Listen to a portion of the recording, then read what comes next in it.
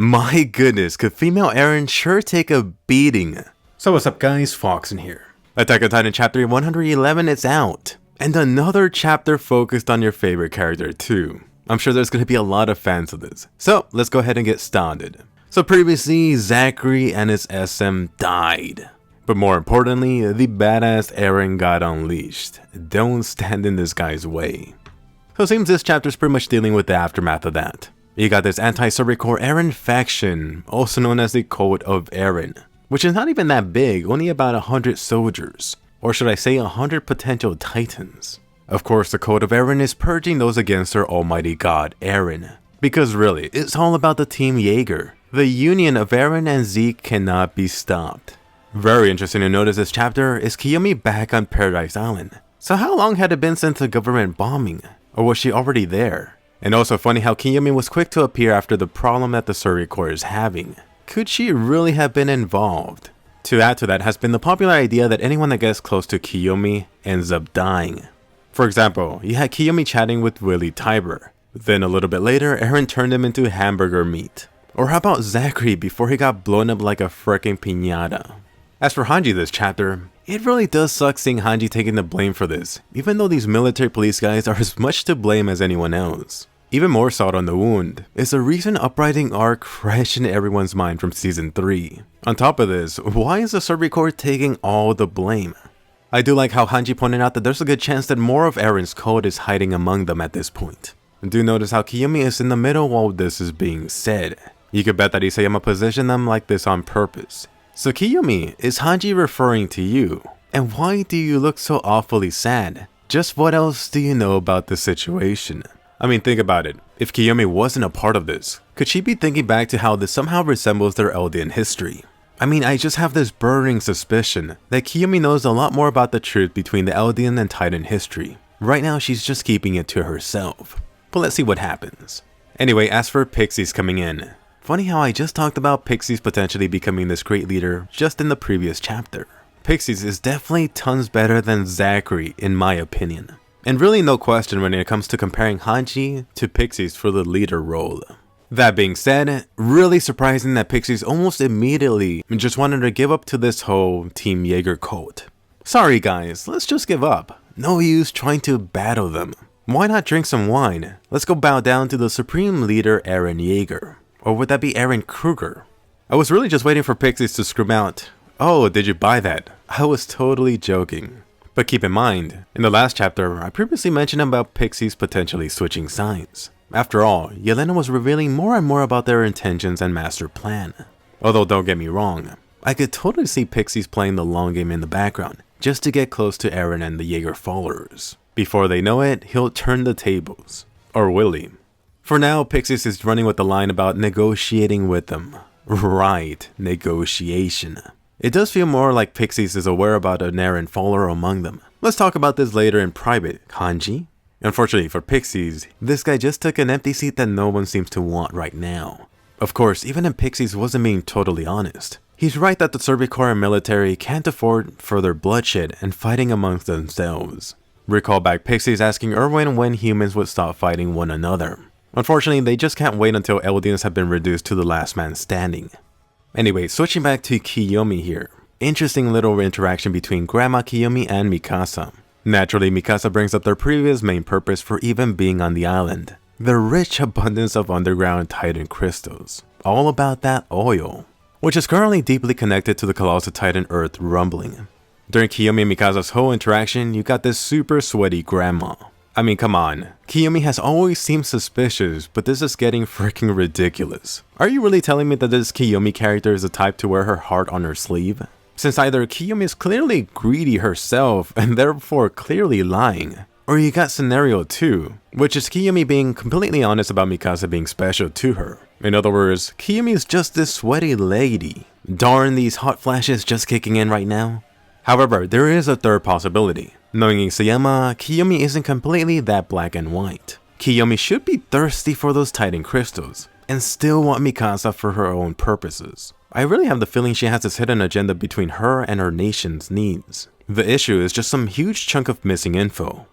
Next up, let's talk about the Survey-Core guys talking, specifically Connie. So Koni here is still trying to get Mikasa's thoughts about Eren here. And Mikasa did in fact try to sidestep the question a bit there. But it is obvious that Mikasa has started to turn on Eren now, even if it's only doubting him in her mind. Let's not forget about that distorted Eren memory that Mikasa had last chapter. Next up, going into the Marleyan restaurant for lunch. After the last chapter, I was like 99% convinced that Yelena and Team Yeager had been planning something just dreadful. I mean, last time you got confirmed that the Titan juices could take multiple forms.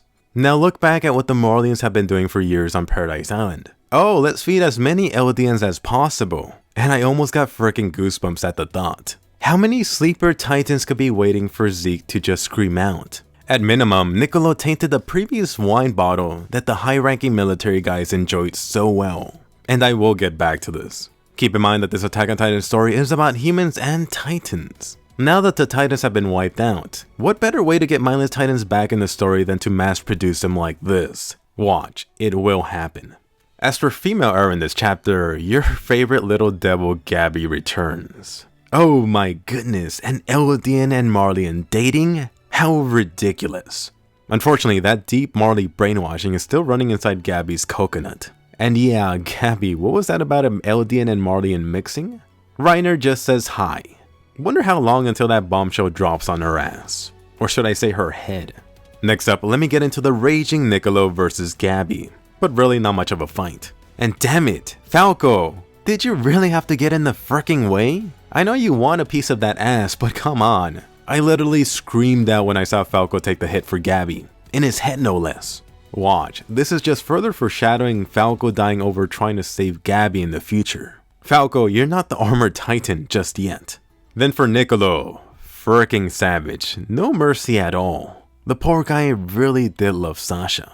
By the way, I just love Niccolo just saying, whoops, I had smashed the wrong kid. My bad. At least he did manage to fist Gabi's face. And how is Gabi's fricking nose not broken yet? She seems to have a very punchable face. Forget about Gabi being the female Eren, she's more like a female Reiner. And come on, damn it Isayama. This further shows how much of a brilliant idea it was taking out Potato Girl Sasha. So much drama is coming from her loss. Then this panel of Niccolo recalling back to poor Sasha had me completely in tears. Again, damn it Isayama, always opening that poor Sasha wound up. It's back to the feels train tonight. Although I am wondering one thing, how long is Isayama going to be able to keep playing this card? I think after this point I might be done. But back to Niccolo, I thought he would further kill Falco just to make Gabi suffer in a similar way. So this confirms Niccolo's love for Potato Girl Sasha. But was it one-sided? Or were they officially dating? Alright, switching gears, time to get into some criticism. Perhaps unpopular opinion, but once again this played out exactly like how I expected. It was actually our fault as Sasha's parents. We're the ones who forced her out of the forest. Although this comes down to it being neither Sasha or Gabi's fault. We gotta break the cycle of hatred. At this point it's feeling cliche in a way. Although to be fair, it really is necessary to be able to move forward. The only surprising bit here was Kaya trying to backstab Gabi. I didn't want Gabi to get stabbed, but I wish something else happened to her. And no, bad Mikasa. At least let Kaya bitch slap her once or twice. Also, did you notice? Very interesting how Kaya pretty much turned into Gabi there for a split second. I wonder, is this further commentary on the Eldians or just humans overall? So right here, let me get your thoughts on this. Did anyone else think it was too cliche and going as expected? Should Sasha's family forgiven her that easily?